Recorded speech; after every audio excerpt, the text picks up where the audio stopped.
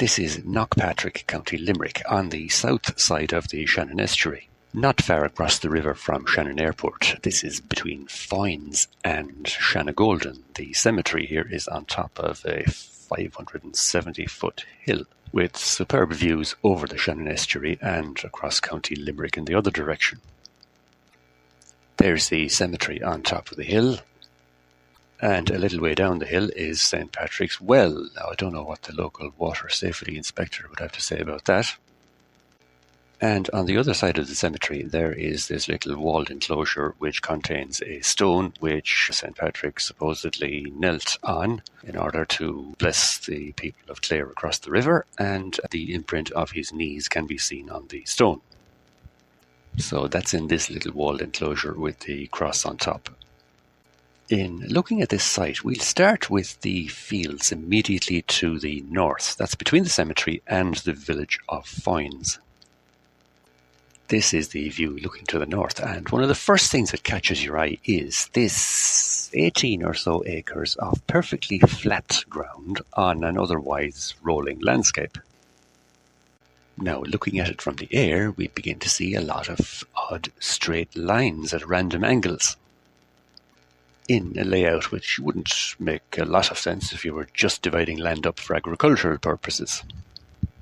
Let's map out some of these conspicuous straight lines, 7 of them to be exact, and let's put numbers on them and look at the direction in which they're pointing.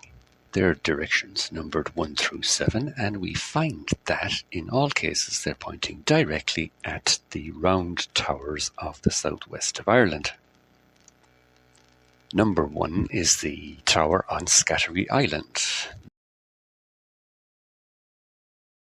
Number 2, Ratu, County Kerry. Number 3, what's left of the round tower in Kilnaboy. 4, Drumcliff. Number 5 is the site of the round tower which did exist at Emly. These magnificent churches now there on that site. Number 6 is the round tower on the Rock of Cashel. And this is number 7 in the village of Adair. So there are 7 round towers referenced by whatever infrastructure stood on this site at one time. And we're not finished. Coming back to the cemetery, let's look at the overhead of the cemetery. Now, the first point about the shape is that given that graves are rectangular, you would think that whoever laid out this cemetery would have made the walled enclosure either square or rectangular. But this is the shape they ended up with. Now, let's have a look at the corners. Let's draw a line corner to corner. And first thing we notice is that it splits that corner. We've got 40 degrees on either side of that dividing line. And taking that line away to the northeast, I know you're thinking it would be a wild coincidence now if that line pointed us straight at another round tower. That's exactly what it does. Inishcaltra. This is that line arriving at Inishcaltra on Lough Derg. So why was everything around here aimed at round towers? Now, to my mind, if you build an antenna or a satellite dish or whatever, you align it to a location, it's because whatever you want to receive comes from that location. We know the round towers are resonant structures. I've mentioned before the work of Philip Callaghan and Yannick van Doorn. Let's look at 2 other little pieces of geometry before we finish with this site. At the southern end of this 18-acre flat field, let's put a circle there.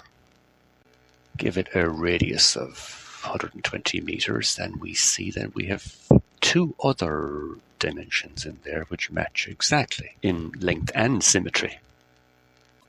Also, we have these 2 odd little mounds, 45 meters peak to peak, and they're sitting in a field which is exactly 90 meters top to bottom. And let's remember 90 meters is a dimension that pops up again and again. And there we have this little curvy drain which happens to be exactly 45 meters long as well. Now, coming back to the centre of our circle, take a line from there over the northerly mound. And just happens to align with the stone in the little walled enclosure. And the last thing we're going to do is take a line from the centre of our circle over this southerly little mound. That takes us down to our 40-degree corner in the cemetery.